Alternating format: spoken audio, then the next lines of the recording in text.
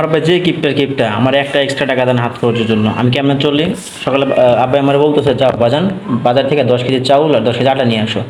আমিও বুদ্ধি করে 1 কেজি করে কম নিয়ে আসছি।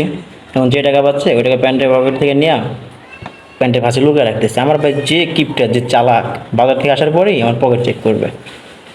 তো রাখার পরে যাচ্ছি রুমের দিকে, এখন দেখি গিয়ে দেখি আব্বা রুমের ভিতরে বসে একা একা হিসাব পাতি করতেছে।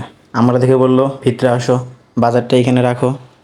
রাখার পরে সে হাতে নিয়ে এগুলো ওজন করতেছে।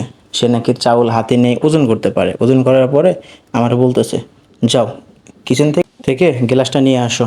আমি ভাবলাম হ্যাঁ, আব্বা বসে বসে একা হিসাব পাতি করতেছে, অনেকক্ষণ হলো। আর যে গরমটা পড়ছে এই গরমে তো পানি পিপাসা লাগবে, এই জন্য জগের ভিতরে পানি গ্লাসে ঢেলে আমি তার জন্য নিয়ে যাচ্ছি।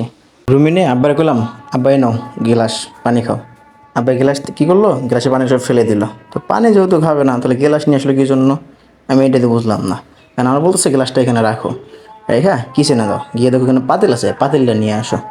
আমি ভাবলাম গ্লাস নিয়ে পানি খাবে না, আবার বলতেছে পাতিলটা নিয়ে যাও, মানে বুঝলাম না। আব্বা এই নাও পাতিল, পাতিলে কী করবো, পাতিলের নিয়ে আব্বা আমার বললো এখানে বসো, এই যে পানি খাওয়া গ্লাসটা আছে না, ওর ভিতরে করে চাউল ভরে ভরে পাতিলের ভিতরে রাখবা। আব্বা জনের হুকুম মানতেই তো হবে। তো চল আমরা শুরু করলাম। আব্বা এইভাবে বলতেছে না, এটা সুন্দর করে লেবেল করে রাখবা আর গুনবা।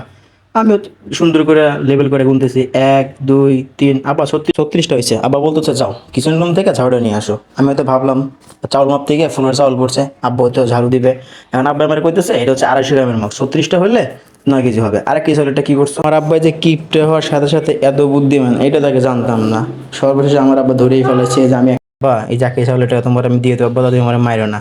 এই আব্বাইকে আমার কথা না শুনে আমার এমন মারতে মারা শুরু করলো, মারতে মারতে আমার তো জীবন শেষ। এমন মারটাই দিছে আমার, নাক মুখ সব ফাটায় ফেলাইছে।